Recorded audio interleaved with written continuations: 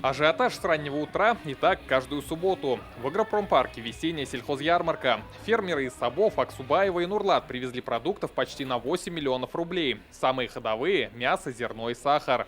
8 тонн привезли сахара. Тонн 6, наверное, продали. Запасы пополняются за считанные минуты. И магазины не нужны, говорят покупатели. Знают, здесь дешевле. Картофель по 20 рублей, яйца 70, говядина 290. Все от производителя. Каждую неделю приезжаем, смотрим, покупаем что-нибудь все равно. Вот молоко купила подешевле, яйца. Обычно и мясо беру, курицу.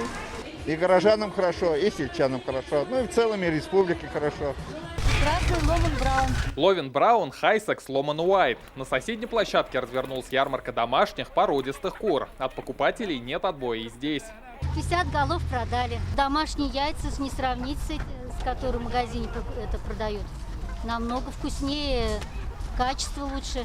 Разных сортов купили. Чтобы для семьи, семья у нас большая, для всех, чтобы обеспечить своим яйцам. Аньяс Фасхудинов привез ушастых. Разведением кроликов занимается больше 7 лет.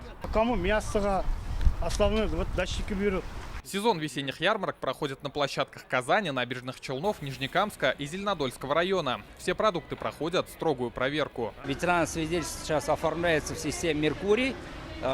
Продукция еще не поступила сюда, а здесь по системе «Меркурий» ветеринарные эксперты уже видят, ждут.